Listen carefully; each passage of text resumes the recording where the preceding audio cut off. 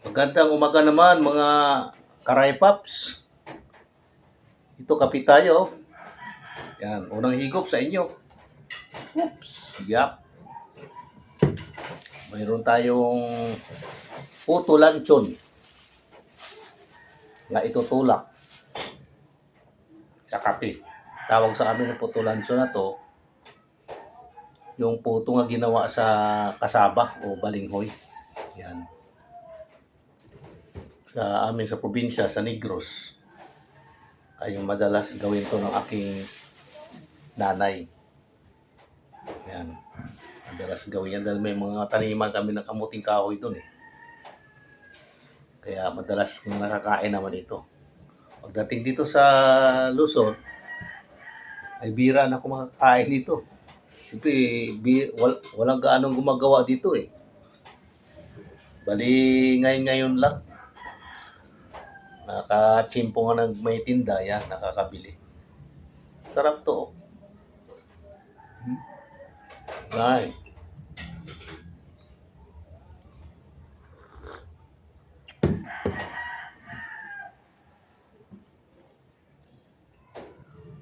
Lalo yung kape mong barako. Sarap. Oh, may palaman pa siya oh. Sa probinsya, hindi na ito ginapalaman. Talagang haluan lang ng ginagaganiyo. Buko na siya.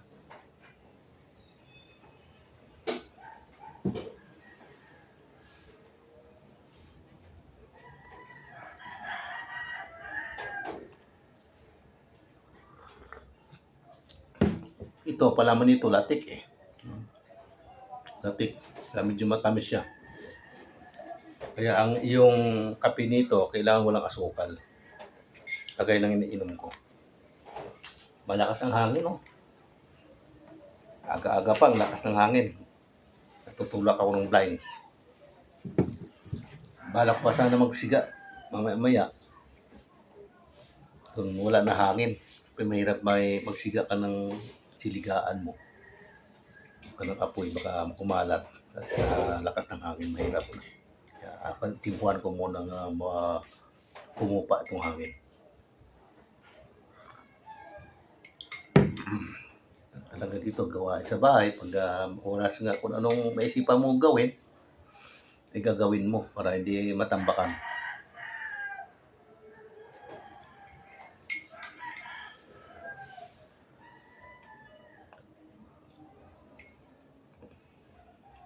Sarap eh.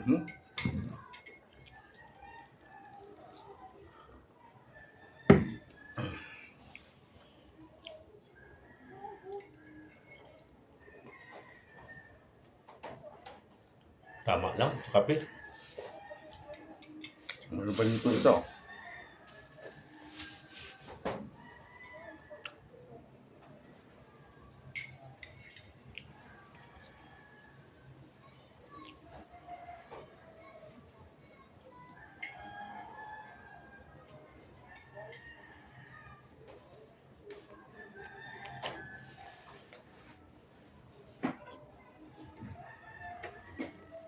Bira lang kasi gumagawa yung naglalako niyan eh.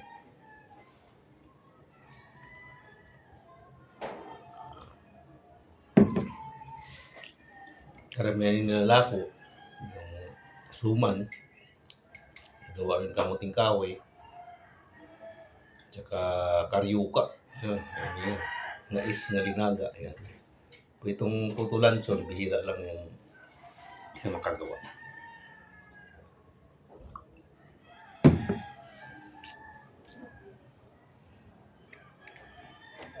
Ay, sa Saturday na pala ngayon, ano? Kung di ako nagkamali, March 21 na. March 21 na pala tayo ngayon.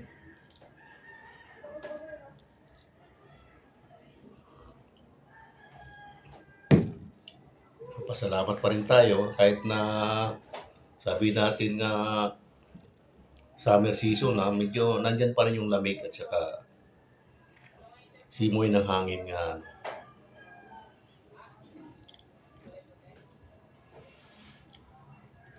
nagpaparamdam sa atin.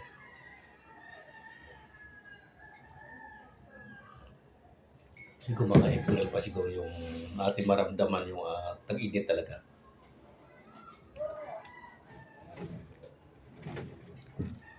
Kaya tapusin ko na itong kape ko at maka-ikot-ikot sa bahay. Ano naman ang gagawin, ano magandang gawin na naman.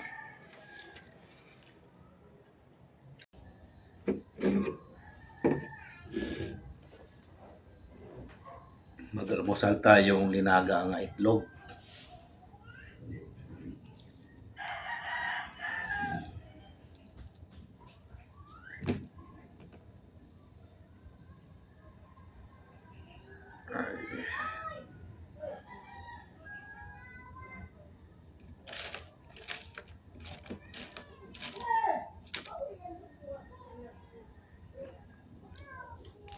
Tsaka yung asin ko, Himalayan.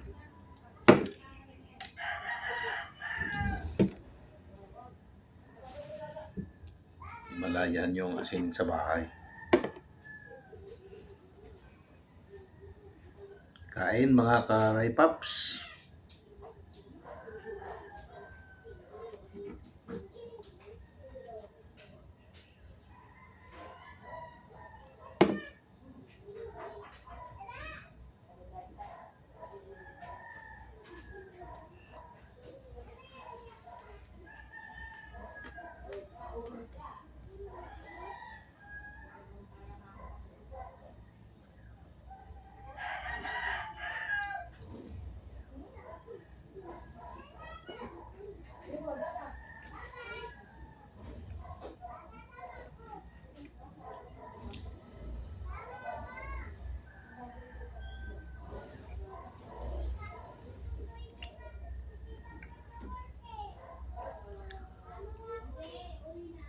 Wow. Hindi kasi ako nag-asin na ako. Natural na asin nga ng Himalayan ito.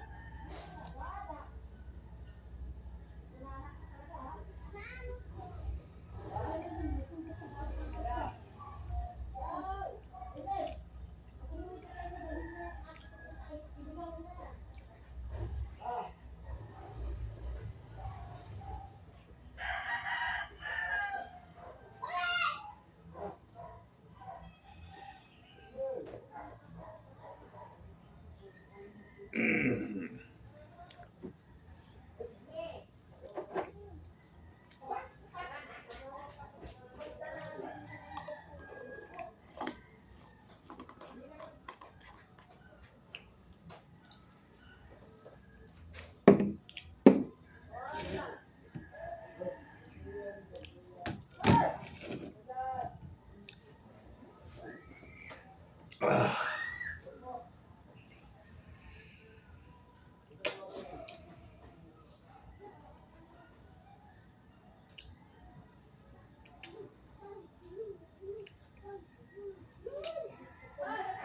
Balak ko magsiga doon sa inipon ko kahapon na winalis.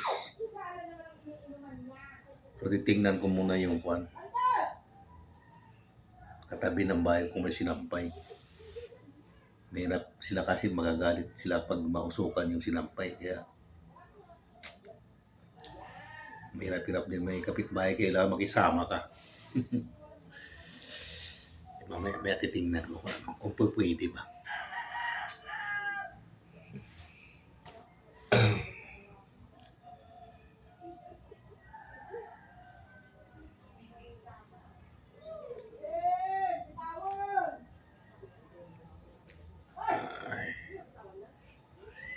Saturday na pala ngayon, mga Karay Paps.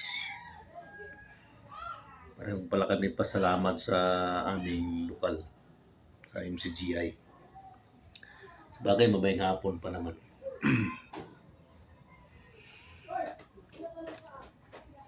Marami pa akong gagawin dito sa bahay. Pag dumating oras na yun.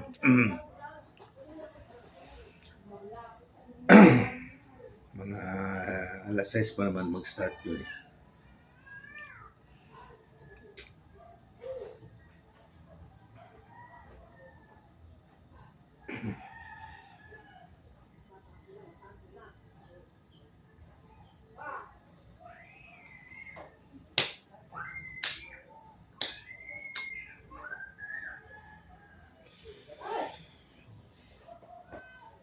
Ay.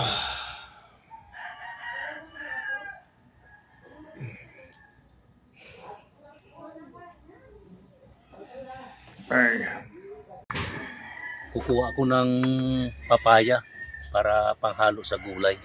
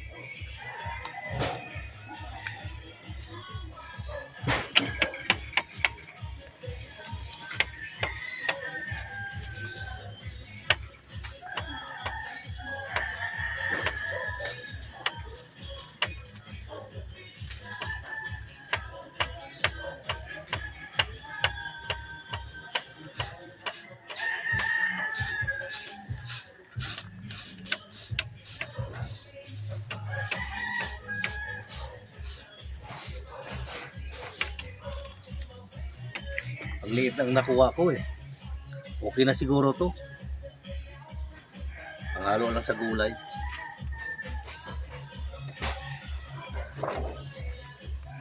Sabi ko muna itong dala-dala kong panungkit.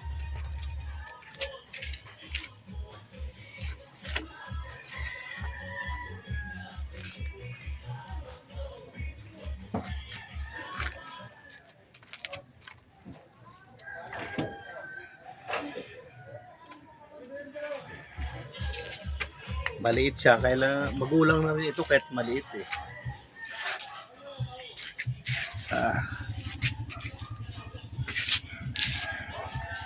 Dito ko lang muna ilagay para makatulo siya.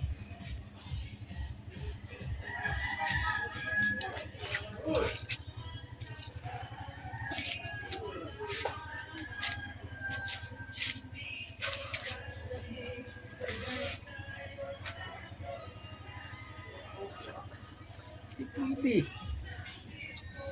Patayin mo na.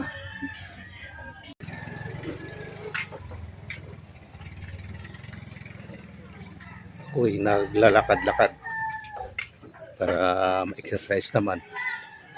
May bibili na ako doon sa tindahan.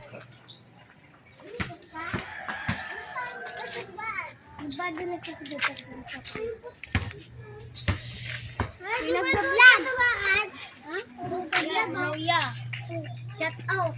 Shut up.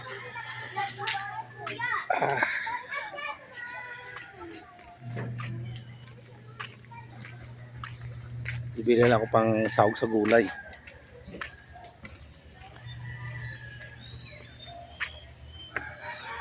Para doon sa nakuha kong papaya.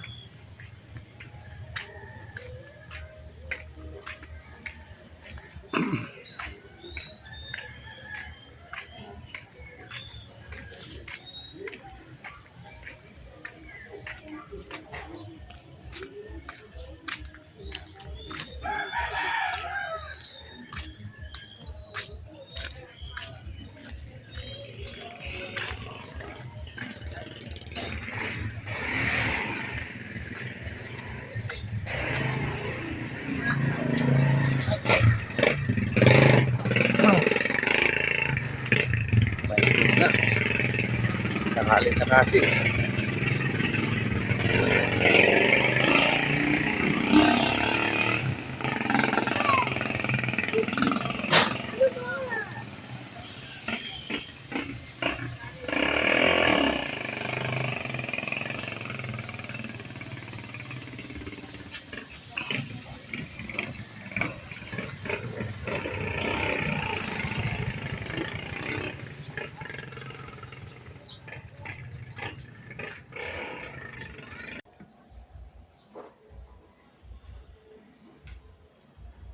Tanghali na mga Karay Paps, kain tayo. Ito ulam ko to, prito. Yan, with sausawan. Yun, suka, may sili. Kainan pa ng suka na yan, tuba yan eh. Suka ng tuba.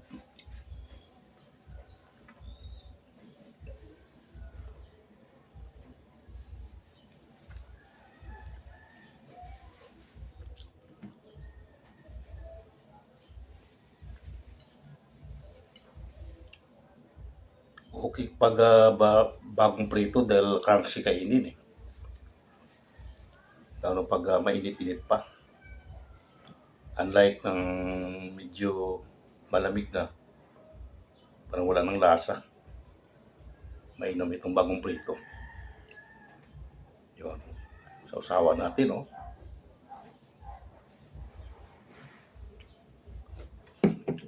Hmm.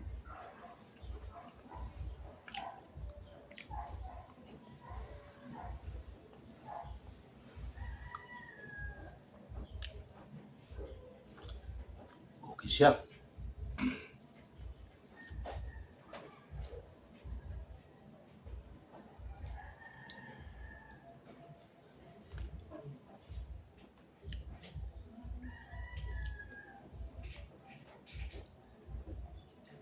Pag isda, ingat tayo ng tinik. Okay naman to pag tilapia. Madali mo na makita ang tinik unlike ng bangos.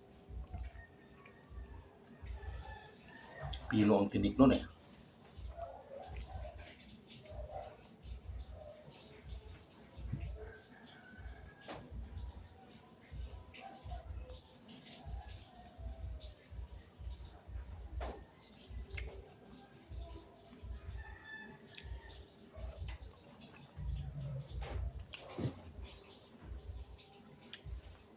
Sarap talaga pag may sausawan.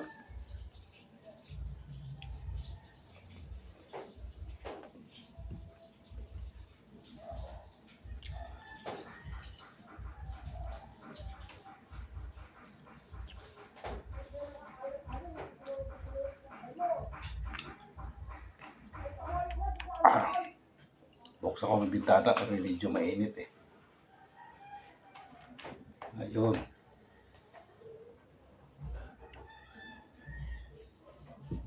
Ay, parang maparami ako ng kain nito ah.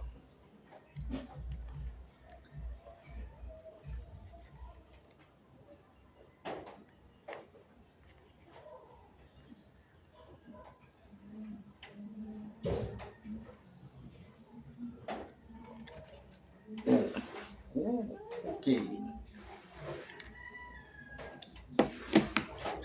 Mas gusto ko yung kanin yung bahaw. Malamig siya.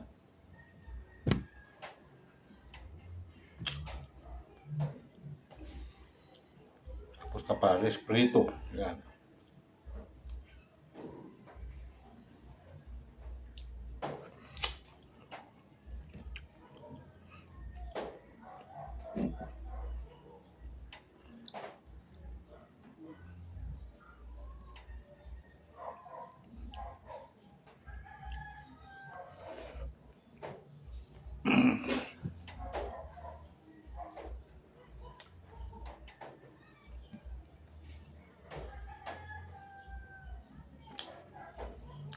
Ang lakas ng init sa labas.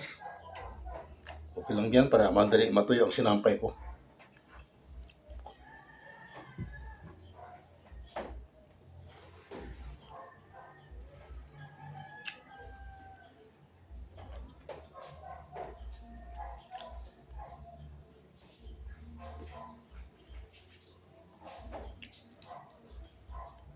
May hangin-hangin siyang kaunti, okay na.